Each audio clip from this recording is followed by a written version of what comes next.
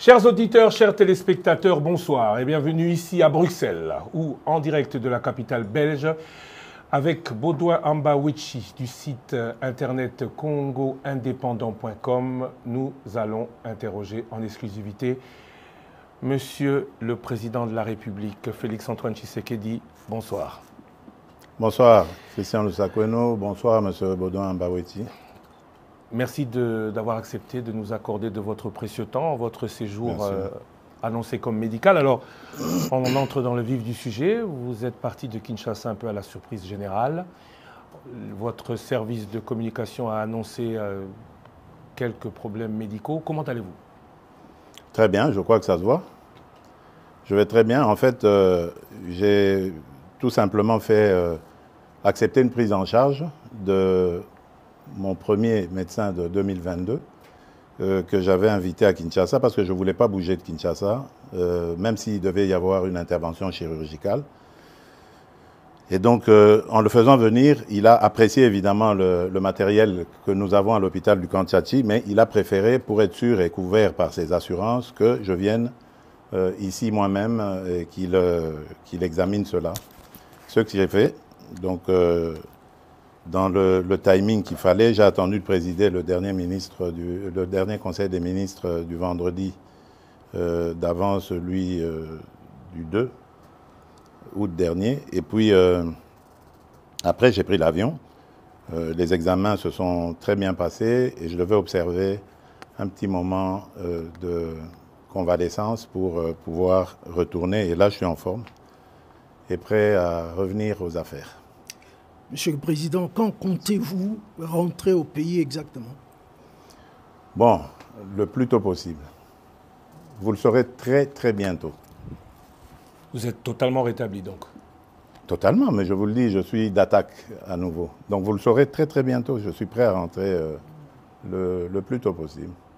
Alors vous allez rentrer dans un pays où le dollar est en hausse. Permettez-nous de parler un peu de la situation actuelle de notre pays.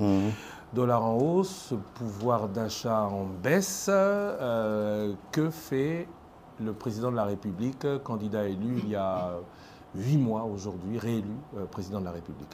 Qu'en dit-il? Il se solidarise évidemment avec la population. Je sais que ça fait partie d'un de mes engagements, celui de réduire le pouvoir d'achat. Et la première ministre, Madame Judith Souminois, est très très bien outillée et instruite pour faire face à ce genre de choses. Hier, il y a eu la commission ECOFIR qui s'est réunie sous la présidence du vice-premier ministre, ministre de l'économie, M. Moukoko Samba, et qui a pris un train de mesures qui, je suis certain, vont baisser la tension sur les marchés. Et à propos du dollar, bon, c'est le combat habituel. Vous savez, nous avons une économie fortement dollarisée qui dépend beaucoup de toutes les fluctuations de cette dernière monnaie. Et nous essayons de prendre des mesures assez urgentes, mais qui seront difficiles évidemment à mettre en œuvre parce qu'il faut inverser la tendance actuelle à faire dépendre notre économie de l'importation en produisant localement. C'est pour ça que nous avons un fameux programme très ambitieux d'ailleurs agricole pour essayer de nous mettre à l'abri de ce genre de choses. Et il y a des inspecteurs aujourd'hui, des inspecteurs économiques qui sont lancés sur les marchés pour surveiller aussi la façon dont les prix sont fixés. Parce qu'attention, ça peut aussi être une cause ou une raison de sabotage. Vous savez que nous sommes un pays en guerre. Nos ennemis essayent de nous déstabiliser de toutes les manières qu'ils soient. Ils le font par la guerre et peuvent le faire autrement aussi par la hausse des prix. Ennemis internes et externes, j'entends, parce que beaucoup de ceux qui nous combattent à l'intérieur sont passés par les affaires dans ce pays, détiennent beaucoup de mécanismes pour jouer aussi sur les prix. Donc c'est un combat en permanence. Moi, ce que je veux dire à nos compatriotes, c'est que ça fait partie de mes 6 engagements. Qu'ils ne me jugent pas maintenant. Nous venons à peine de nous installer. Vous avez vu tout ce remue-ménage qu'il y a eu depuis les élections. Le gouvernement souminois ne vient vraiment que de prendre les choses en main, qu'il continue à nous faire confiance. Ils m'ont fait confiance le 20 décembre 2023. Eh bien, qu'ils continuent à me faire confiance. Je respecterai mes 6 engagements jusqu'au dernier. Monsieur le Président, j'ai une question un peu dérangeante. Écoutez, si vous la trouvez dérangeante, peut-être pas pour moi, hein, allez-y. Vous avez été élu brillamment avec 73%. Bien sûr. Et à l'époque, il n'y a pas eu de sondage d'opinion, mais votre cote était très haut. Mais depuis lors, il y a comme, le mot peut-être est fort, un désamour à votre égard. Désamour, je ne dirais pas. Je n'ai pas fini ma question. Ah, pardon. Lorsqu'on parle avec des gens, Oui. ils vous disent « je suis tshisekédiste, mais Étienne », mais pas tshisekédiste Félix. Il a oublié ce que papa avait dit, le peuple d'abord. Qu'en dites-vous? Bon, d'abord, je respecte leur choix. C'est la démocratie. Moi, je n'ai jamais exigé à quelqu'un de m'aimer. C'est d'une part. D'autre part, je dirais que la politique n'a jamais été statique. La conjoncture aussi, d'ailleurs, en conjoncture économique et autres, ça n'a jamais été statique. Tout bouge, tout est dynamique. Et donc, dans la vie d'un État, où la vie d'un État n'a jamais été un long fleuve tranquille, il y a des hauts et des bas. Surtout nous, qui sommes exposés aujourd'hui à d'autres difficultés nous imposées, comme la guerre à l'Est. Donc ça ne peut pas être facile. Mais le mieux à faire, pour moi, c'est déjà d'accepter d'affronter ces défis. Et de croire qu'on va les relever. Parce que j'y crois. Il y a de la stratégie derrière. Ne vous en faites pas. Ceux qui disent que j'ai oublié le peuple d'abord se trompent complètement. Parce que je dors et je me réveille en pensant au peuple congolais. J'en prends même sur ma santé tellement que c'est le premier de mes soucis. Donc j'espère qu'en 2028, lorsque nous ferons le bilan, ceux qui disent que je me suis éloigné de Tshisekedi Étienne auront le courage de revenir sur leurs propos. Parce que c'est ce qui se passera. Vous aviez 6 engagements. Vous avez aussi dit que vous allez monitorer le gouvernement. Bien sûr. Est-ce qu'on doit attendre 2028 pour faire le bilan? Ou non. À quand est-ce que le peuple pourra se dire, on commence à voir tout ce que le président dit et promet, à matérialiser le changement? Écoutez, notre chef d'équipe, c'est Madame Judith Souminois. Je ne veux pas lui mettre la pression. Elle est suffisamment outillée pour évaluer le travail de ses ministres et de m'en faire rapport. Et moi-même, d'ailleurs, comme vous le savez, je préside quasiment tous les vendredis, lorsque je suis au pays, les réunions du Conseil des ministres. Donc, je peux suivre. J'ai un cabinet qui est très actif, qui m'accompagne dans ce suivi. Donc, moi, j'estime la première évaluation au début de l'année prochaine. Donc, il faut peut-être s'attendre à du réaménagement gouvernemental au début de l'année prochaine. Mais bon, je le dis, sous réserve de ce qu'on en pensera, la Première ministre et moi. Élection en janvier 2024, premier bilan en janvier 2025. Que dire de la léthargie institutionnelle? Tout prend, beaucoup le regrettent, beaucoup trop de temps. Oui, et vous avez, en parlant de ce temps qui coule, qui passe sans que changement n'arrive, vous avez vous-même, ici à Bruxelles, évoqué lors de votre précédent passage, des révisions constitutionnelles ou des modifications de la Constitution à faire. Cela a créé beaucoup de polémiques. Alors maintenant, on voudrait, si possible, que vous nous précisiez de quoi il s'agit. Est-ce que le président, comme le dit votre opposition, veut s'éterniser au pouvoir? Certains dans votre parti disent que vous êtes président à vie, ou le président a des points précis dans la Constitution qu'il faudrait modifier, si oui, lesquels? Écoutez, moi je suis toujours conduit par un seul leitmotiv, c'est le salut du peuple, c'est pour moi la loi suprême. Lorsque j'évoque des modifications que je juge utiles pour la bonne marche de la nation, du pays, je me préoccupe très peu de la polémique. Je n'y regarde même pas. Parce qu'évidemment, il y a toujours des petits malins qui vont essayer de détourner mes propos et essayer de les amener dans une polémique inutile. Je n'ai jamais dit que je veux changer la Constitution pour rajouter le nombre de mandats présidentiels ou d'années. Non. D'abord, ce sont des dispositions inamovibles. Pour les changer, il faut retourner auprès du peuple souverain primaire. Mais par contre, les autres dispositions, mais telles que celle-là, qui nous posent beaucoup de problèmes. Regardez, vous l'avez dit, j'ai prêté serment le 20 janvier devant la nation. Et immédiatement après, la publication des résultats des législatives a commencé et les périodes de contentieux. Ça nous a pris presque 2 mois. Publication, contentieux, etc., retour, annulation et tout le bazar. Puis ensuite, les députés provinciaux et les communes, cette fois-ci on a eu les conseillers communaux et tout ça, et tout avec son lot de contestations, voilà.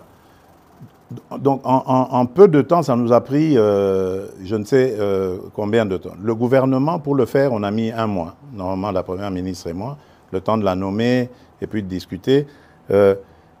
Voilà, donc on a tourné autour des choses. L'installation du bureau du Parlement, par exemple, ce sont des choses qu'on doit réfléchir à comment les réduire. On ne peut pas laisser 1 mois, par exemple. J'ai vu chez les Français ce qui se passe. Dès qu'on a le Parlement, enfin l'Assemblée nationale, ils ne prennent pas beaucoup de temps pour la validation de mandat. Mais chez nous, on prend 1 mois.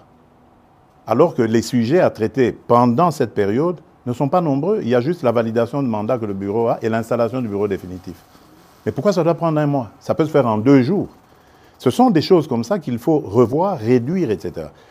Autre chose, par exemple, qui me motivait à vouloir ce changement de constitution, enfin des modifications dans la constitution, c'est la désignation des gouverneurs. Je trouve que la désignation des gouverneurs aujourd'hui fragilise nos provinces.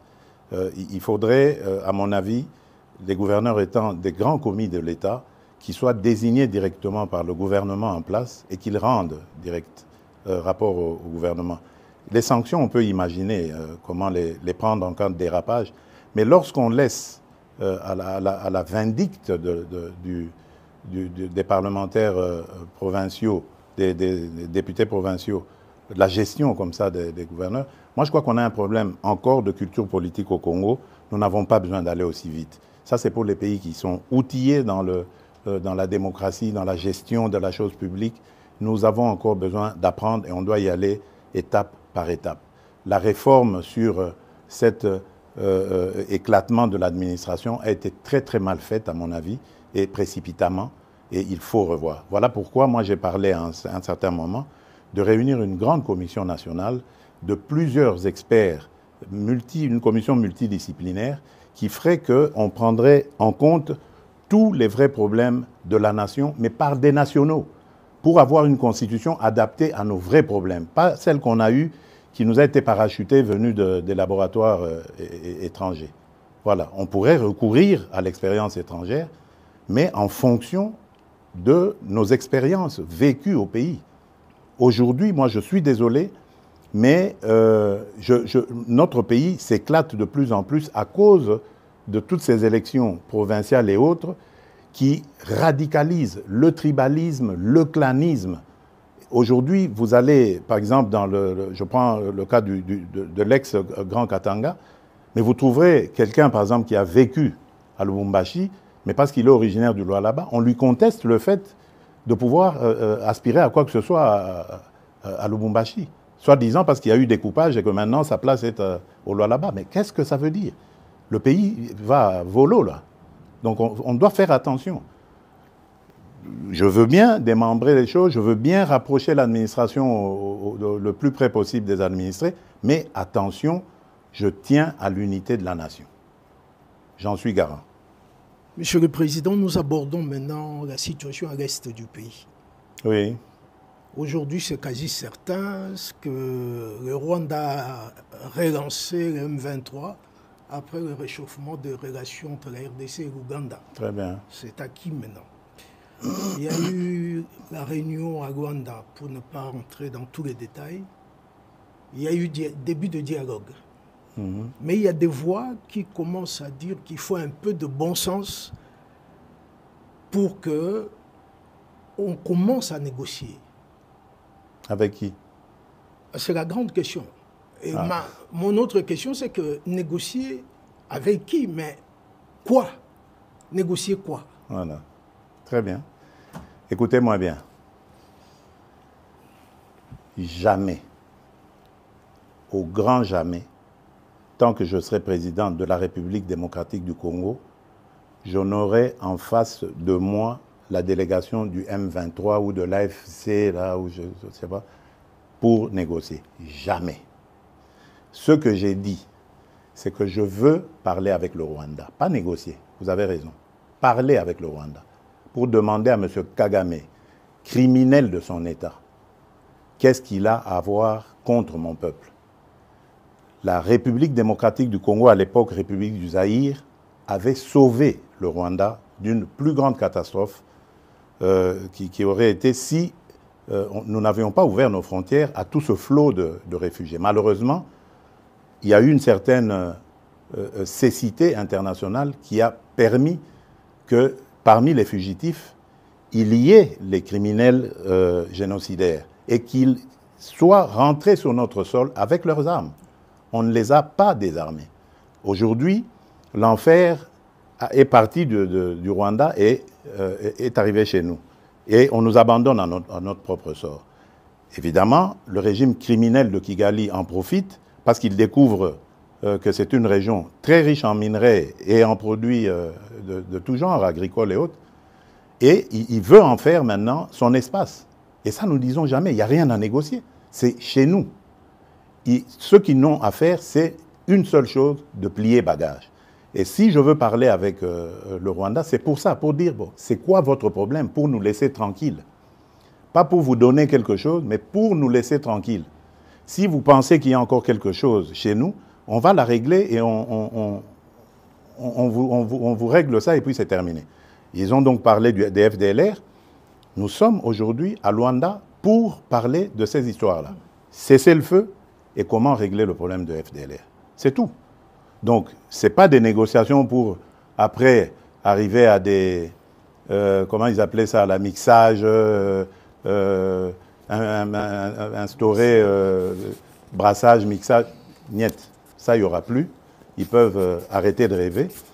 Et d'ailleurs, c'est parce qu'ils le savent que vous avez vu qu'ils ravivent encore ce M23, coquille vide, dans un territoire d'ailleurs qui est sous leur contrôle. Donc vous voyez que c'est de la propagande en fait. Ils veulent faire croire que, d'abord ils font cette comédie, ils font dire au M23 qu'ils ne se sentent pas concernés par Luanda, alors que tout le monde sait que c'est Kigali qui les pilote. Ensuite, ils les ravivent un peu pour dire, vous voyez, nous sommes capables de reprendre les armes. OK. Nous savons et nous sommes inscrits dans le processus de Luanda. Et d'ailleurs, demain, des pourparlers vont commencer pour justement se pencher sur le plan de cessez-le-feu et de retrait et le plan d'anéantissement des FDLR. Et nous disons, si à côté de ça, le grabuge continue, nous continuerons à tenir pour responsable Kigali.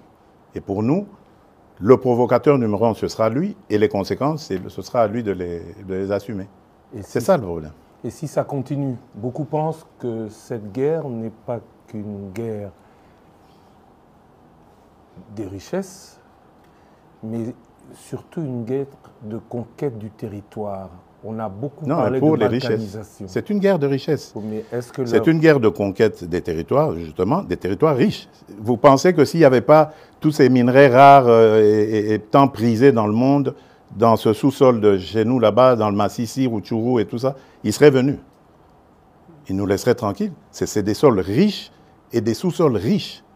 C'est ça qui attire. Et maintenant, pour que ce soit définitivement mis en coupe réglée, sous coupe réglée, eh ben, ils veulent le couper de la RDC. La balkanisation est donc encore possible dans leur tête, pas chez nous. Jamais, elle n'est pas possible. Mais parler avec le Rwanda, c'est lui donner un minimum de bonne foi. Est-ce que vous pensez qu'il peut avoir de bonne foi? De bonne foi, j'y crois pas. Je n'y crois pas. J'ai testé leur bonne foi, je n'y crois plus du tout. Maintenant, c'est la pression. Je remercie les États-Unis d'Amérique parce que c'est eux qui nous apportent beaucoup de choses. D'ailleurs, vous avez vu, au départ, il y a eu une trêve. Maintenant, il y a un cessez-le-feu. Je vous dis, ce n'est pas le Congo qui l'a demandé. Malgré la chute de Kanyabayonga, de Rwindi avant, ce n'est pas la RDC qui l'a demandé. C'est le Rwanda. Mais il savait qu'il ne pouvait pas nous le demander direct et le faire accepter. Il est passé par les Américains que nous écoutons. Je remercie surtout le président João Lourenço pour son implication, surtout la dernière ici, parce que j'ai de Bruxelles participé en pilotant aussi notre délégation qui était là, qui s'est brillamment comportée. Et je remercie évidemment l'ancien président Uhuru Kenyatta, qui est d'ailleurs le déclencheur de tout ça. Malheureusement, son successeur a très très mal géré la question par la suite en prenant fait et cause pour Kagame. Peu importe, de toutes les façons, il n'était pas partie prenante de ce processus. Lui, il l'a trouvé en arrivant, en étant élu. Peu importe, mais le processus de Luanda est là et il fonctionne très bien grâce à la maestria du président João Lourenço. Et le président Uhuru Kenyatta est un très bon facilitateur issu du processus de Nairobi, qui malheureusement a été vidé de sa substance, mais le président, sa crédibilité du président Uhuru reste, elle demeure. Voilà, je tenais à le dire, parce que je suis convaincu que là, nous sommes engagés sur la bonne voie, grâce à ces partenaires, et que nous aurons la solution. Je suis vraiment convaincu cette fois-ci. Après la situation là, je voudrais parler avec vous de tous ces scandales financiers, avérés ou supposés. Ce qu'on constate surtout, c'est qu'il n'y a aucune poursuite judiciaire ou suspension de qui que ce soit. Pourquoi la justice ne répond pas? Bon, écoutez, d'abord, le travail de la justice consiste à faire des enquêtes. Je crois qu'il faut faire très attention. Ne tombons pas dans la facilité, dans l'invective. Et c'est ça que je déplore avec ces fameux réseaux sociaux. Parce qu'on peut, comme ça, à cause des réseaux sociaux, vous défaire l'honneur et la dignité d'un individu. Moi, je tiens beaucoup à ces choses-là. Vous ne me verrez jamais humilier quelqu'un, même si c'est mon dernier, mon pire des ennemis. Je n'aime pas ça. J'ai toujours un brin de respect pour la personne. Or, les réseaux sociaux, ce n'est plus ça. Il suffit qu'on cite votre nom, Lusaku et nos voleurs, ça y est. Si c'est bien mis en place, ça y est, vous êtes condamné, c'est terminé. Donc, laissez à la justice le soin de faire son travail. Mais j'aimerais dire quelque chose à propos de toutes ces affaires. Mais moi, je m'en réjouis. Je m'en réjouis parce que ça n'existait pas dans ce pays-là. Pourtant, des affaires, il y en a. Dans les casseroles, là. Et là, je suis déterminé. Vous avez vu le ministre qui est là, il a cette mission. On va ouvrir les placards et on va sortir les cadavres des placards pour montrer que ce pays a été trahi, pillé et volé plus que jamais vous pouvez imaginer avant moi.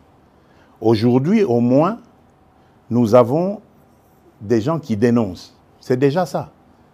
ça veut dire que la corruption avait vraiment été une seconde nature dans ce pays. Donc ne vous en faites pas. Réjouissez-vous quand vous entendez ces choses-là. Malheureusement, c'est récupéré par les réseaux et c'est ça qui désoriente un peu l'opinion, parce qu'il faut laisser la justice sereine. Vous savez qu'elle est déjà malade. On est en train de travailler à la remettre en place. Donc il faut lui laisser le temps de faire son travail. On va leur donner encore plus de moyens de travail pour que la justice soit dite. Parce que, attention, on a affaire à parfois des chefs de famille, on a affaire à des gens qui tiennent à leur dignité. On ne peut pas la jeter en pâture comme ça en disant, voilà, ça y est, il est voleur. Non, prenez votre patience. Jamais justice n'a été expéditive. Regardez, dans nos pays à tradition démocratique ici, il y a des procès qui durent 10 ans, 15 ans de corruption. Mais pourquoi est-ce que vous voulez que, parce qu'un nom a été cité, le lendemain, il doit être condamné? Mais non. Il faut lui donner les moyens de sa défense et voir comment ça va se passer. Monsieur le Président, vous avez cité le ministre de la Justice sans le citer. Justement, je voudrais poser une question à son sujet. Ouais. Sa nomination en tant qu'opposant a surpris agréablement beaucoup de gens. Très bien. Est-ce qu'on peut interpréter ça comme une ouverture aux forces de l'opposition? Bien sûr. Est-ce que c'est un jargon que vous passez? Bien sûr. Pour dire que vous voulez rassembler... Bien sûr, c'est une ouverture, bien sûr. Dernièrement, j'ai reçu, pour l'anecdote, les évêques de la Cinco, le jour où ils ont élu leur nouveau président, leur nouveau bureau. Et dans nos discussions, je ne vais pas les dévoiler ici, mais il y a eu une demande allant dans ce sens. Mais ma réponse était claire. J'ai dit, mais Seigneur, je suis à votre disposition. Je ne demande que ça. Mais dites-moi, comment vais-je m'y prendre? J'ai pris l'exemple que de trois opposants. J'ai commencé par Martin Fayoulou. J'ai dit, mais il n'a jamais reconnu les résultats des dernières élections. Comment est-ce qu'il acceptera ma main tendue? Moïse Katumbi était prêt à faire la même chose, ou il avait même fait la même chose, mais grâce, évidemment, à la pression des siens, il a accepté qu'il rentre dans les institutions, mais lui reste borderline. Joseph Kabila, n'en parlons pas. Lui, il a carrément boycotté les élections et prépare une insurrection, parce que l'AFC, c'est lui. Donc, dites-moi, je fais quoi? Je n'avais pas eu de réponse. Mais j'ai parlé d'autres qui sont plus conviviaux, plus participatifs. Et je rends ici, par exemple, hommage à quelqu'un comme Adolphe Muzito et même un petit peu le docteur Mukwege aussi, qui malgré leur position d'opposants, qui font parfois de commentaires objectifs. Quand quelque chose va, ils applaudissent, ils sont contents. Le docteur Mukwege avait reçu une délégation du FONAREV encourageant, promettant de s'impliquer dans le combat du FONAREV, qui n'a rien à voir avec la politique. Ce sont nos victimes que nous voulons aider. Ce sont ces monstruosités que nous ne voulons plus revoir dans notre pays. Voilà un patriote qui se dit, au-delà de mes penchants politiques, j'y vais. J'aurais aimé que tout cela vienne se dire, on nous attaque par le Rwanda injustement, liguons-nous autour du président et combattons. Mais non, malgré ça, il y en a qui collaborent, l'AFC collabore avec le Rwanda contre la République démocratique du Congo. Moussa Muzito, hommage à lui, lorsque nous avons terminé la 6e revue avec le FMI, premier fait dans l'histoire de la République démocratique du Congo. Jamais les revues avec le FMI n'avaient été jusqu'à leur terme dans notre pays. C'est la première fois que ce gouvernement arrive et c'était sous la direction du ministre des Finances, Nicolas Kazadi, que l'on jette en pâture aujourd'hui. Mais Adolphe Muzito m'a envoyé un message de félicitations. Et lui, il est très bien outillé pour savoir ce que ça signifie. Vous voyez, mais il n'est pas au gouvernement, il n'a pas de privilèges, il reste objectif. Ça, c'est des vrais hommes d'État. C'est ça que nous devons voir dans notre pays. On parle de l'opposition, je voudrais un peu parler du parti au pouvoir. Bien sûr, oui. Crise à l'UDPS. appelle à la médiation du président qui est au-dessus des partis. Alors le président fait quoi? Le président dit quoi?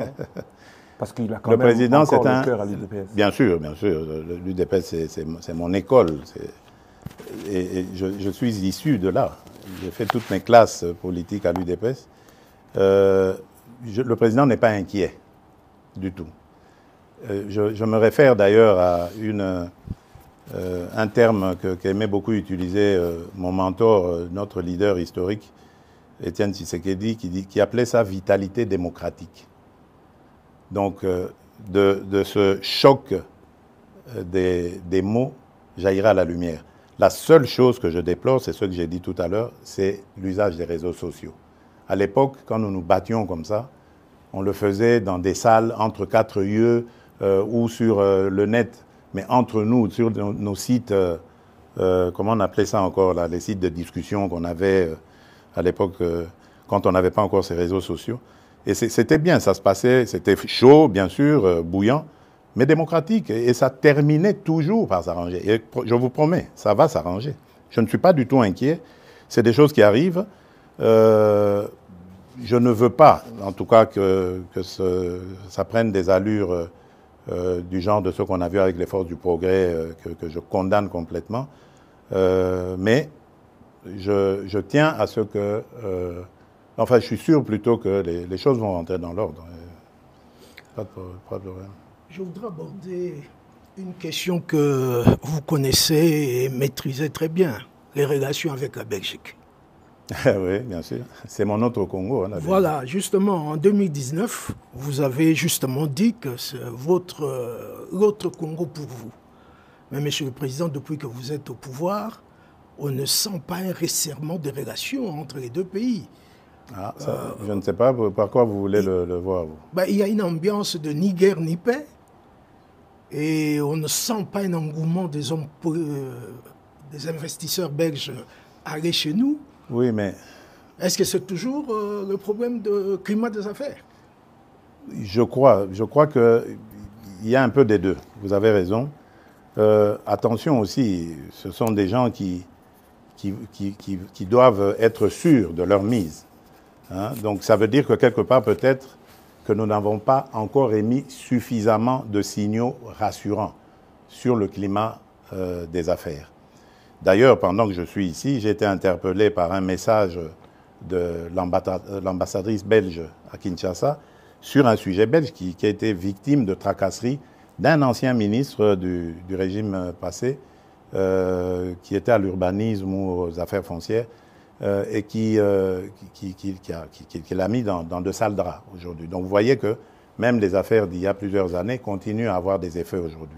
Donc nous avons peut-être un travail, et si celui-là, ce monsieur belge, vient en parler à ses amis ici, ils vont mettre la pelade douce avant d'y aller.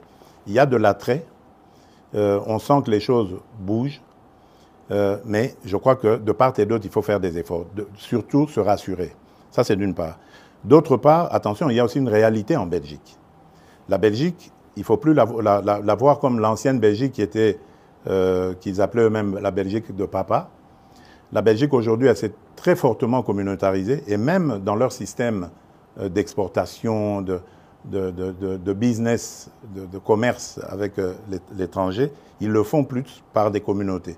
Donc c'est à nous aussi d'adapter notre diplomatie à ce niveau-là. Et je suis en train même de réfléchir à voir comment, avec nos compatriotes de la diaspora, avoir des diplomates qui parlent très bien le néerlandais, qui parlent très bien le français, qui parlent bien l'allemand pour la région germanophone, et qui se mettent en contact justement avec ces gouvernements communautaires pour voir les rapprocher les uns après les autres.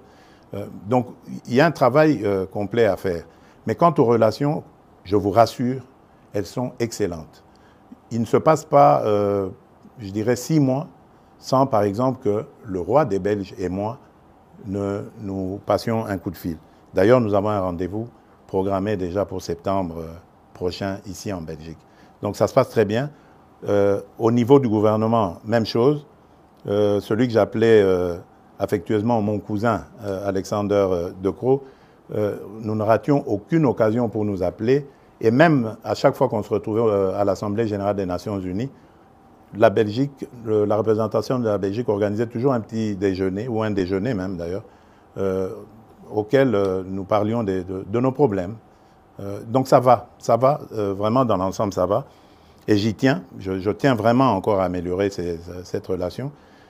Mais comme j'ai dit, nous devons faire des efforts de part et d'autre. Attention, le Congo, c'est vrai, c'est une très belle femme, très attirante, mais en même temps aussi très convoitée et peut-être pas très présentable encore. Donc nous devons soigner sa présentation. Monsieur le Président, merci beaucoup. Merci Bodoamba Wechi du site Internet Congo Indépendant d'avoir été avec nous aujourd'hui pour cette émission exclusive. Merci à vous. Bon retour. Soki Okoye Bisso, il faut quand même qu'on termine en lingala pour les Congolais qui nous suivent, même si le lingala de M. Ambawichi est peut-être un peu mieux élaboré que moi, encore que j'en doute. Moi, je crois que oui. Vous rentrez aux Ozonga, Kinshasa, Kisangani vous a attendu. Est-ce qu'on va vous y voir? Vous aviez dit l'intérieur du pays, vous allez beaucoup pratiquer pendant ce deuxième mandat. Quel est votre programme une fois de retour au pays?